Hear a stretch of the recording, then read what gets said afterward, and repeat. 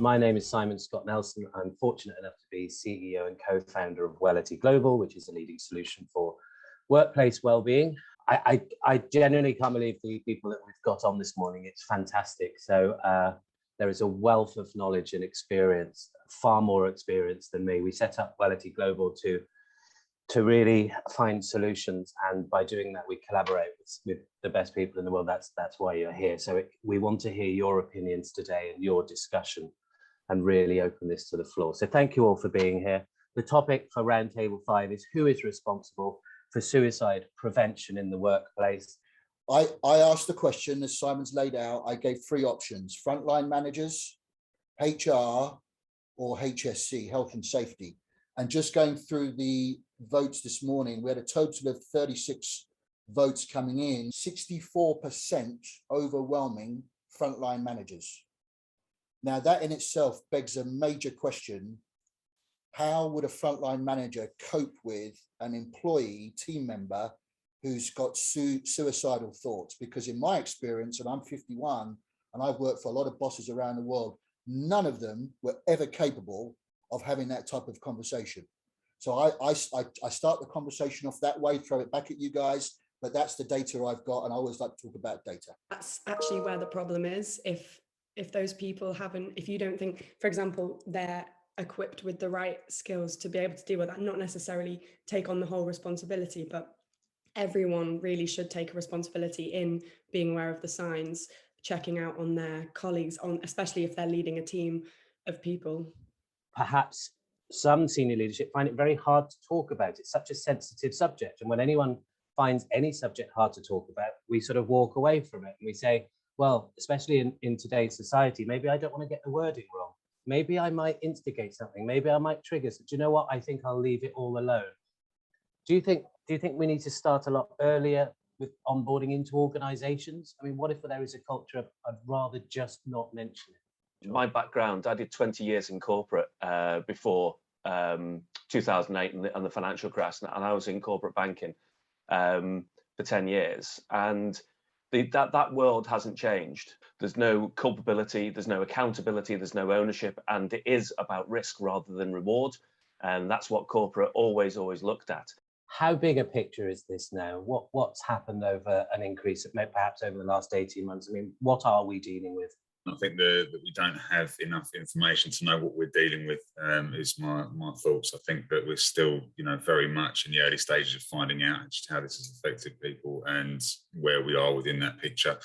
And quite possibly we won't find out for a little while yet, which is why it's so important to, I think, for what everybody's doing is continuing the work now rather than waiting to find out. I think education does play a huge part. I know a few people have mentioned that, people are scared of language, people are scared of how to broach those conversations. Again, this all does come back to education and awareness, giving people the tools to make sure they feel comfortable in having those conversations, and whether it is at a senior level or whether it is frontline, it's just making sure people are equipped to know what, to help calm those fears of what to and what not to say. So in my experience, I think one of the silver linings of what's happened in the last 18 months has been this blurring of the work and the home. I think we absolutely need the buy-in of our senior leaders, and unfortunately a lot of them have been lucky enough to not have any personal experience of mental ill health, and therefore have never quite gotten behind it in the same way that those of us have had experiences either personally or lived with people that have. But I also know that the only reason we're making the progress we are within my organisation is because of me, and because I'm like a dog with a bone and I won't let it go, and I will keep going, and I will keep going, because I believe there's so much more we could do. And I know that not every organisation is lucky enough to have someone who is prepared to sort of really make those changes, and it's hard, because sometimes you think, what am I doing all of this for? But then you do see the small differences starting to come together. And unfortunately, I think it is about sort of seeking out those individuals within organisations that want to make those changes, and really making sure we're able to support them in whatever way we can. I think you're right. After this last 18 months, when people re-enter whatever work sphere it is, there must be engagement. People have changed. Employees must realise that they've changed, at least ask the question. Emily, if I could come to you now. This is your thing. You go into a lot of organisations. Give us an idea of the landscape. I think from my kind of background working in health and social care, one of the ways that we've always looked at suicide prevention is this layered approach. We can't just pin the responsibility onto individuals. We have to look at how do we create a very strong and structured approach that actually targets everybody from the individual, and even the individual who is having those thoughts of suicide as well. And I think that's one thing that we maybe haven't discussed yet, is how much is the individual responsible as well for being able to have the tools and skills to actually be able to assess their own level of risk when it comes to suicide, and then have a plan that they're able to use to reach out to people that they can trust as a supporter. And I think this is one of the biggest issues in the workplace, is we don't have psychologically safe workplaces where people are able to say, I'm having thoughts of suicide. And I've actually put a post on LinkedIn this morning after I was on Facebook, and it just came up on my timeline, a very well-known young people's mental health charity saying that we need to open the conversation up in the workplace about suicide. And there was about 3 or 4 posts there saying, I've done this and I was made to leave the business because of that. I think there is still a fear of retribution and reprise, isn't there? I think from us as an organisation, I think we do a lot, but it's listening to you guys, there is absolutely so much more from an HR side that I can do, particularly from an induction point of view. We support HR professionals. That's what we do. But when we see that out of Chris's vote, 11 out of 36 believe it was the whole responsibility of 8, is that fair? I think we probably do a lot more, given, as I say, the nature of our organisation, but I still don't think that we do enough, and there is so much more that we can do. And I do think there needs to be legislation there. I mean, we've got clear-cut policies on child protection, on vulnerable adults, but when I think about it, that's more about us dealing with our clients rather than our employees. And that's where, from my point of view, we need to look at adapting that as well, so that it's also including everybody that works for us too. There's a lot of pressure on HR professionals. I really feel for you personally. Now, where do you go for information, and where should those 23 out of the 36, if we refer back to those earlier findings of frontline managers, where do they go for? Is there responsibility on them, for example, to get their education if their senior leadership team aren't encouraging them to do it or supplying them with the resource? It kind of comes down to that culture shift again, and kind of where they feel comfortable going. I think within our organisation, certainly managers come straight to me, they come straight to my team in terms of what we can do. And by no means am I an expert in this field, so I can't kind of give them the right, I can help them, give them the resources, give my advice on how I'd have a conversation, signpost them, I guess, to those resources, but I wouldn't say I can, give someone expert advice on how to prevent someone from feeling.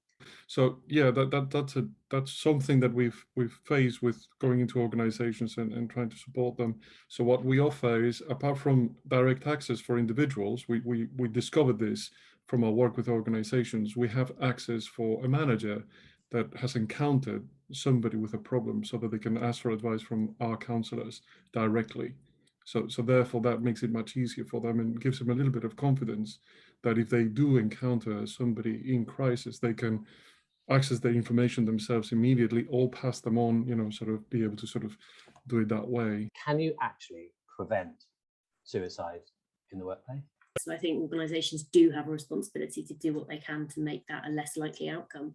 But until this conversation is happening everywhere in someone's life, then it doesn't matter if the workplace is being brilliant, but then a family member says something really insensitive and sort of takes them right back to thinking that it's not okay to talk about these things. So it's everywhere and it's all around us. But I do believe the workplace has a responsibility to put the measures in place to make it a less likely outcome. Because I was in the role of female welfare officer, I'd had the training that helped me understand and kind of know what the first things were to do in that kind of situation.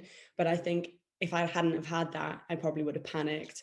I probably would have felt the emotions of what was going on. I kind of, something switched in my brain and I kind of just went on sort of automatic mode. And I think that is what we need to spread, the awareness of knowing what to do, but also not taking on that responsibility. Emily's put a really good comment in the chat about, so how does it sound? A suicide's happened of an employee and we say it was your responsibility.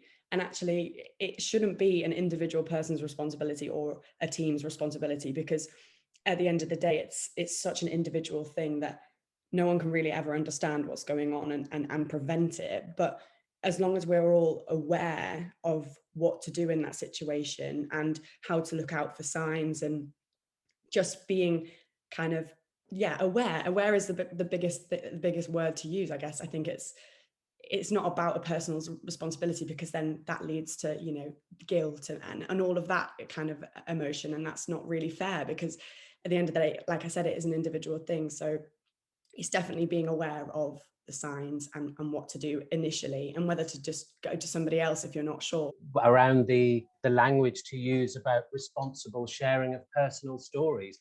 Are there any dangers that they can be shared wrong? Should there be more education about sharing them? Is any story shared good? I think spreading that awareness and spreading that story, telling your story as much as you possibly can, spreads that awareness, because people have that empathy then.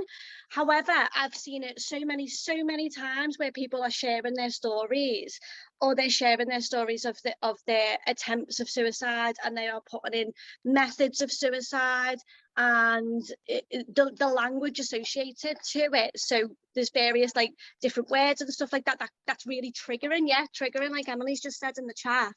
And so I think you do need to be careful when you're sharing stories. Like I personally would never share my brother's story and put in the method that he used or anything like that.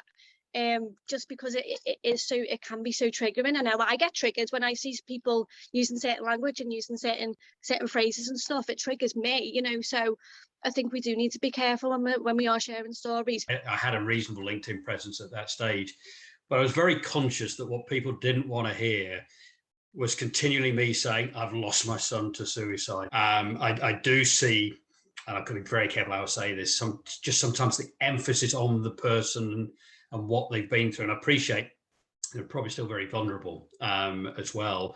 But my concern is, would it almost lead to a degree of apathy and lack of empathy in the long run if continually we're just hearing, I tried to take my own life, or I tried to do this, or I don't know. I kind of throw that out as a question. I know sometimes I look at it and go, okay, so what's the message for everybody else here? And second to that, I absolutely agree with what Deryn's saying about language. So there's some evidence about what stories work and don't work.